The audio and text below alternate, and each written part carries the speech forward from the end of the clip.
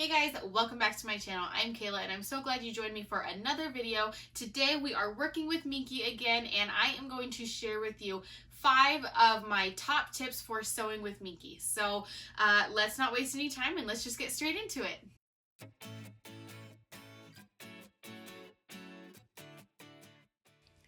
I've said in my other blanket videos that one of the best things I've learned from my husband, who has done construction for almost 20 years, is measure twice, cut once. So when I measure my blankets, I do my first marks of the outline, and then before I take my scissors to it, I measure it again just to make sure I'm measured accurately. You don't want to find out you're off on one side the hard way.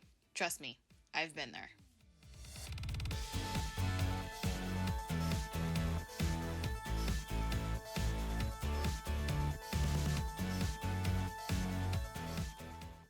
After you cut your Minky, you're going to have a mess. There's no way around it. So you want to make sure you keep a vacuum close by so you can clean up all of this Minky hair.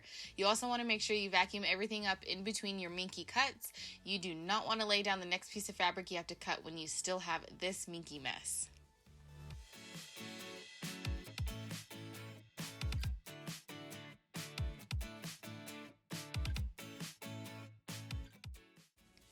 Minky fabric loves to slide and move around when you sew, so you really want to make sure you double pin your fabric pieces. So you see here my first row of pins, and I have a lot of them. And then you can see, voila, my second row of pins. You can never use too many pins, I'm telling you right now. Save yourself now and use as many pins as possible. I even add extra in the corners because that's where you will notice it shifting the most.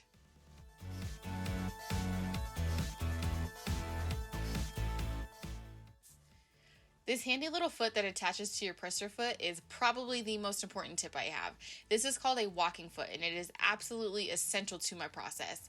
How the walking foot works is when it feeds the fabric through, the presser foot walks on the top of the fabric at the same time as the feed dogs move the bottom fabric through.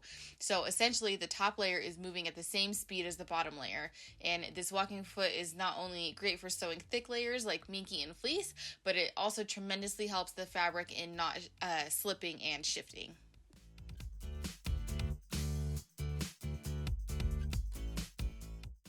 And last but not least, the last tip I have for you is to go slow when you top stitch.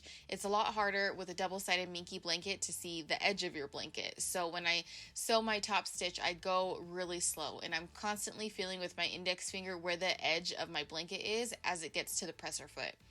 I've unfortunately had many times in my learning process where I went too fast and my top stitch wasn't on the blanket, but it was like in the long hairs of the fabric on the side.